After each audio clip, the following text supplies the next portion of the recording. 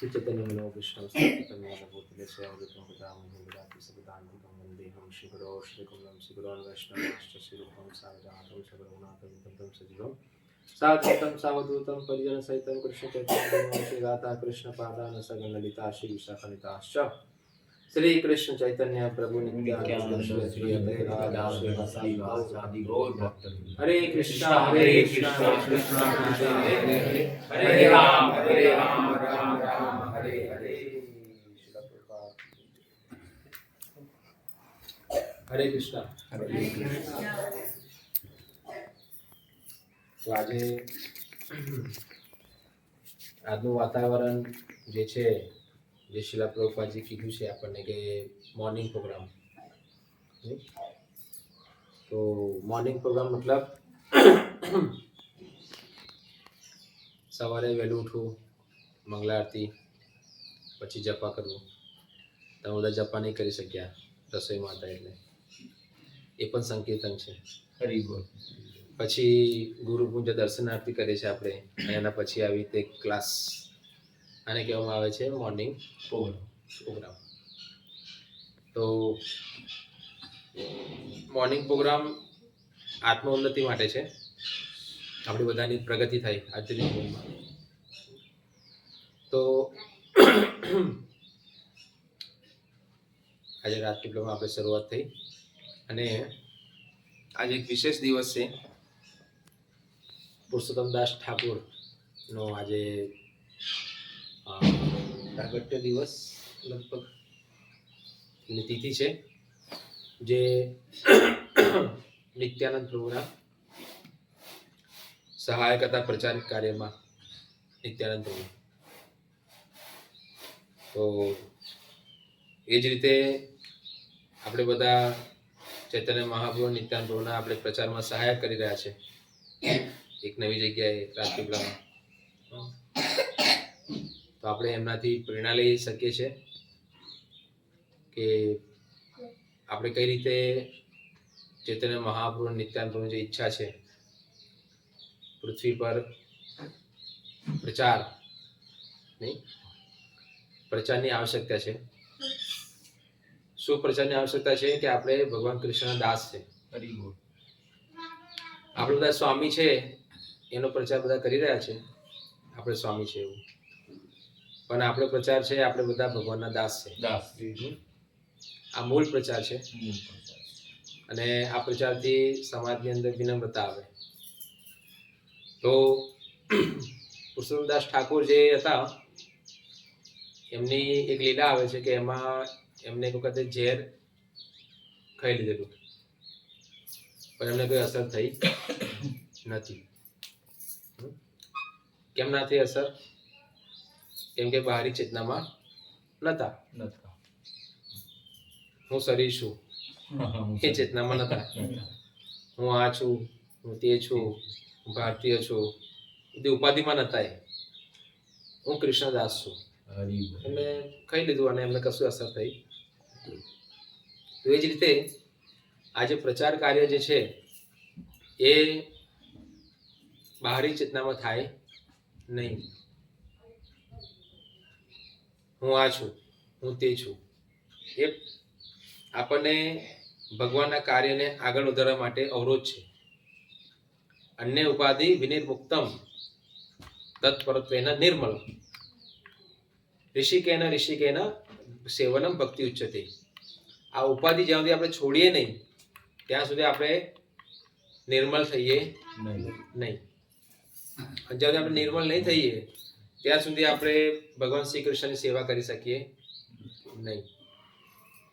તો આ ઉપાધિ આપણને એક મહાન કાર્યમાં જોડાવા માટે અવરોધ છે. એટલે એને કહેવામાં આવ્યું છે કે એને મુક્તમ, એનાથી મુક્ત થાવ ઉપાધિઓથી. આપણે શું છે? આપણે જીવન સ્વરૂપ હોય કૃષ્ણ નિત્યદાસ. આપણને ચૈતન્ય મહાપ્રભુ આપણી ઓળખાણ બતાવવા આવ્યા છે. કોણ છે આપણે? આપણે કૃષ્ણના નિત્યદાસ છે. એટલે આ ઉપાધિ આપણા માટે નિત્ય નથી, એ તો બદલાતી રહેશે. સમજે? આપણે કે છે ને અમારા ગુરુમાં આજનો જે રાજા છે કાલનો કૂતરો છે. આજકાલ રાજા કલકા કૂદતા. એટલે એની ઉપાધિ બદલાઈ જશે, નિત્ય નથી. પણ આપણી જે છે નિત્ય છે, જીવેલો સ્વરૂપ નિત્ય, આપણે નિત્ય કૃષ્ણ દાસ છે. પણ આપણે ભટકી ગયા છે સંસારમાં, એટલે અત્યારે આપણે બધી ઉપાધિઓના કારણે ફસાયેલા છે. સમજાય કે તો આ એક ભગવાનની એક શક્તિ છે, માયા શક્તિ, એની ચાલ છે દુઃખ આપવાની. શું પેલા આપણે દુઃખી થવા માટે બન્યા જ નથી. આત્માને કાપી નહીં શકાય, સુકાઈ નહીં શકાય, સળગાઈ નહીં શકાય, એને કશું નહીં થઈ શકે. આપણે એ છે. તો એટલે જે પુરુષોત્તમ દાસ ઠાકોર જે હતા એ ઝેર પીધું પણ કઈ અસર ના થઈ. તો એટલે જે લોકો પ્રચાર કરી રહ્યા છે એ વાસ્તવમાં ઝેર પી રહ્યા છે. કઈ રીતે? શિવજી જો ઝેર પીવે છે સમુદ્ર મંથન, ઠીક છે કે નહીં? તો એ જ રીતે જે વૈષ્ણવો છે, જે ભગવાનના દાસ છે, એમને ઝેર પીવું પડશે. શીલા પ્રભુપાદજી કહે છે આધુનિકરણ એ ઝેર છે. શું છે આ? હા, તમે પ્રચાર કરશો, તમારે લોકો કહેશે આ બધું શું કરો છો નાટક, છોડા બધું. ભણેલા ગણેલા છો તો કે કમાઓ, પૈસા કમાઓ, દેશની સેવા કરો. તમને કહેશે લોકો આ ઝેર નાખી રહ્યા છે, આપણે પીવું પડશે. કેમ? કેમ કે મૂર્ખાઓને ખબર નથી કે એ લોકોને આપણને જરૂર શું છે. સમજાય કે નહીં? એટલે આપણું શું મુવમેન્ટ છે? કૃષ્ણ ભાવના અમૃત. આપણે અમૃત વિતરણ કરવાનું છે, ઝેર લેવાનું છે. સમજાય કે નહીં? માર ખાય પ્રેમ દે. નિત્યાનંદ કોણ છે? માર ખાય છે અને પ્રેમ આપે છે. તો બસ આપણે આ જ રીતે પ્રચાર કરી શકીશું. નહીં તો પ્રચાર નહીં કરી શકે, નહીં તો ઝેર પીવાથી મરી જવાય ને. પણ જયારે બહારી ચેતનામાં આવીશું આપણે તો મરી જઈશું. ઉપાધિઓમાં આવશે તો કોઈ કશું બોલશે, આપણી શ્રદ્ધા તૂટી જશે. પુરુષોત્તમ દાસ ઠાકોરના આચાર્ય કેવા હતા? બહારી ચેતનામાં નતા, ઝેર પીધું તો એ કૃષ્ણની સેવામાં લાગેલા હતા. તો આપણે આ બધું પીવું પડશે. સમજ્યા ને? અને ભગવાનની સેવામાં લાગવું પડશે. તો કોઈનું કલ્યાણ નહીં થાય. એટલે આપણે આપણી શ્રદ્ધાને ટકાવવા માટે સાધના કરવી પડશે. મોર્નિંગ પ્રોગ્રામનો મતલબ આપણે ઝેર પીવા માટે પોતાને શું બનાવી રહ્યા છે? તૈયારી, શક્તિશાળી બનાવી રહ્યા છે. પછી આપણે ઝેર પી શકીએ છીએ. સમજ્યા? એટલે સવારનો પ્રોગ્રામ જે છે એ મિસ કરવો જોઈએ નહીં તો પછી આપણે મરી જઈશું. ઝેર પી આપણે સમજ્યા? પણ આ તો આપણું મુમેન્ટ જે છે એ મારવા માટેનું નથી. સમજાય કે નહીં? અમૃત છે. તો અમૃત છે આ તો મૃત લોકોને પણ ઉઠાડવા માટે છે. જીવ જાગો, જીવ જાગો. તો એટલે આપણે એના માટે થોડું શક્તિશાળી બનવું પડશે. માળા કરવાની 16 માળા શીલા પ્રભુપાદજી કીધી છે, અને ભગવાનને ભોગ લગાવીને પ્રસાદ લેવો. આ બધા તગડા નિયમ છે શક્તિ આપવા માટે આપણને. તો આપણે પછી આ સંસારી જે વિષ છે હે, સંસાર વિષાના લે હે ને, સંસાર વિષ છે. અને આપણને ભાગ્યશાળી છે કે આપણને આજે આ સરસ મુમેન્ટ મળેલું છે પ્રભુપાદના દ્વારા. બહુ શુદ્ધ મુમેન્ટ છે. હે શું છે? વાચો વેગમ મનસો ક્રોધ વેગમ જીવવા વેગમ ઉદરપસ્ત વેગમ એતાની યોગાન યો વિષહેત ધીરા સર્વમ અભિમામ પૃથ્વી તો શિષ્યાત. આટલું બધું મોટું કામ કોણ કરી શકે? હા, જે ખરેખર સંસારનું જે વિષ છે, કામ વાસના, એની પર વિજય પ્રાપ્ત કરી છે શીલા પ્રભુપાદજી. એટલે એ પૃથ્વીમાં શિષ્ય બનાવી શકે છે. તો આપણે પ્રચાર કાર્ય કરી શકીશું જ્યારે આપણે આ કામ વાસનાથી મુક્ત થઈશું. સમજ્યા? કામ વાસના એ છે શરીરની આસક્તિ, સંસારની આસક્તિ, પરિવાર સમાજની આસક્તિ. આ બધી કામ વાસના છે. અને એ આપણને આ કામ નહીં કરવા દે. કેમ કે વ્યક્તિ બીજાનું નહીં વિચારે, પોતાનું વિચારે. પણ આ મુમેન્ટ જે છે એ શું છે? જન્મ સાર્થક કરી કરો પર ઉપકાર. આપણે આપણો જન્મ સાર્થક કરવાનો. સાર્થકનો મતલબ એ છે કે આપણે પોતાને કૃષ્ણને અર્પણ કરવાના છે કે આપણે કૃષ્ણના છે. આપણું પોતાનું કશું નથી. તો આ જીવન ભગવાને આપ્યું છે આપણને એમના કામ પૂરા કરવા માટે. જે રીતે પુરુષોત્તમ ઠાકોર આખું જીવન નિત્યાનંદ પ્રભુની સેવા કરતા હતા, પ્રમુખ એમના એ હતા પ્રચારક. તો એ રીતે આપણે સંસાર તો કરોડો કરોડો લોકોથી ભરેલું છે, પણ પ્રમુખ લોકો જે ચૈતન્ય મહાપ્રભુના મુવમેન્ટને સમજવા માટે, પ્રભુપાદની મુવમેન્ટને સમજવા માટે બહુ ઓછા લોકો છે. તો એમાં આપણે પ્રમુખ બનવાનું છે. પરમ મૂર્ખ નથી બનવાનું, પ્રમુખ બનવાનું છે. સમજ્યા ને? ભગવાનની સેવામાં. તો આપણને આ બહુ સારો અવસર મળ્યો છે અને આ અવસરનો લાભ લેવો જોઈએ. એના માટે આપણે કશું પણ કરવા માટે તૈયાર રહેવું જોઈએ ભગવાન માટે. ભગવાન કેવું એમના ભક્તો માટે કશું પણ કરવા માટે તૈયાર હોય છે કે નહીં? એમના દાસ બની જાય છે, એમના સ્વાર્થી બની જાય છે. ભગવાન કેટલું એમનામાં એક ગુણ છે ને ભગવાનનો, શું છે? વૈરાગ્ય. તો એવી રીતે ભગવાનમાં વૈરાગ્ય છે તો એમના અંશોમાં પણ વૈરાગ્ય હોવું જોઈએ. અને વૈરાગ્યનો મતલબ એ છે કે સાચી વસ્તુમાં આસક્તિ, ખોટી વસ્તુમાં અનાસક્તિ, એને કહેવાય વૈરાગ્ય. તો આ સંસારમાં વૈરાગ્ય જરૂરી છે, કેમ કે સંસારથી આસક્તિ આપણે કરીશું તો શું પડશે આપણને? પુનરપી જનનમ પુનરપી મરણમ. સમજાય કે નહીં? આપણે પેલું કહે છે ને, પોતાના પગ પર થોડી કુવાડી મારે છે. આપણે સંસારની આસક્તિ લઈશું તો વારે ઘડે જન્મ મૃત્યુ ચાલ્યા કરશે, જે આપણને કોઈ લાભ નથી. પણ ભગવાનમાં આસક્ત થઈશું તો પુનર્જન્મના વિદ્યતે, આપણને બીજો જન્મ નહીં મળે અને આપણે બીજા લોકોની પણ હેલ્પ કરી શકીએ છીએ. લોકો નરકની તરફ જઈ રહ્યા છે, સમજ્યા?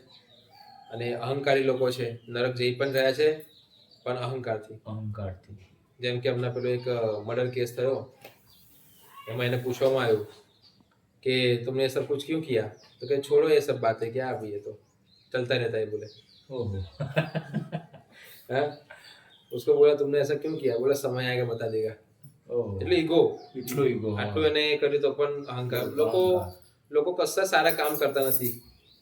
પહેલી વસ્તુ તો સવારે વહેલા નહીં ઉઠવું એ સૌથી મોટું પાપ છે. ભગવાનનું ભજન નહીં કરવું એ મોટું પાપ છે. સમજ્યા ને? એટલે આ બધા પાપમય કાર્ય શરૂઆત થાય છે સવારથી. પણ આપણું જે છે, પ્રભુપાદજી કીધું કે આપણું સવારથી કામ ભક્તિમય ચાલુ થવું જોઈએ. સવારે બધી વસ્તુની રિસ્પેક્ટ થવી જોઈએ, ભગવાનની, પ્રકૃતિની, દેવતાઓની, હે ને, વૈષ્ણવની, બધાની રિસ્પેક્ટ થવી જોઈએ. તો આપણે એક સન્માનીય જીવન જીવવાનું છે, જે છે ભક્તિ. ભક્તિ એ વાસ્તવિક સન્માનીય જીવન છે, હે ને? બાકી જે લોકો જીવન જીવી રહ્યા છે અને મર્યા પછી નરક જશે, એનું સન્માન કોઈ નથી. તો એટલે આપણે આ લઈને આપણે જીવન જીવવાનું છે. અને ઘણી બધી તકલીફ આવે પ્રચારમાં, એને સહન કરવાની છે. સહન કોણ કરી શકે? જેની અંદર વાસ્તવિક કૃષ્ણ ભક્તિ છે. જો આપણે વાસ્તવિક પ્રભુપાદના આદેશ પ્રમાણે જીવન જીવીશું તો એ આપણને શક્તિ આપે છે. પ્રભુપાદ જેમ આખા વિશ્વમાં એકલા જઈને પ્રચાર કર્યો, સમજાય કે નહીં? તે રીતે પ્રભુપાદની કૃપાથી આપણે પણ એમનાથી એક અંશ માત્ર કંઈ કરી શકીએ છીએ. તો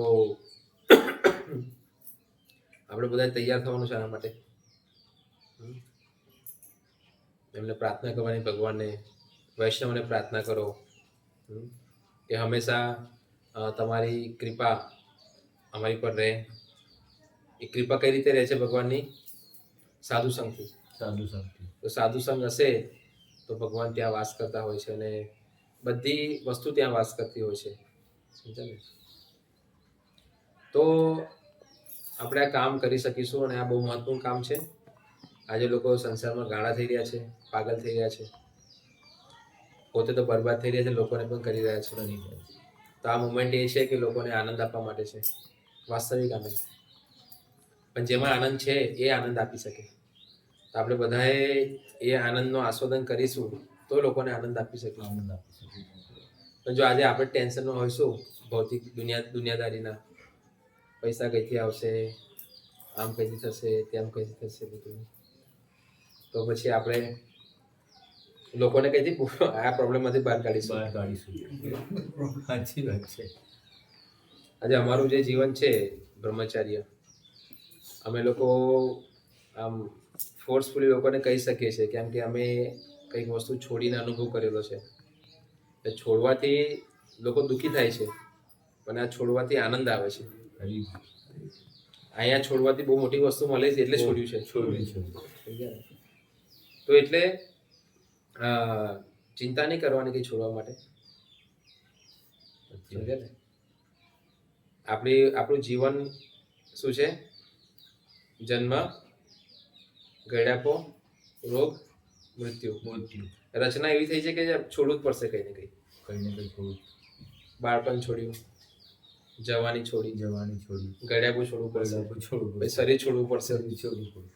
તો આપણે છોડવાનું જ છે. તો ભગવાન માટે કંઈક છોડવું પડે. આ તો આપણે નિયમ છે, છોડી રહ્યા છે, પણ સ્વ ઈચ્છાથી ભગવાન માટે કંઈક છોડીએ અને ભગવાનને પકડીએ અને ભગવાનનો જે પ્રચાર કાર્ય છે એને પણ પકડીએ, જવાબદારી લઈએ અને પ્રચાર કરીએ. તો એ સૌથી સારું ત્યાગ છે.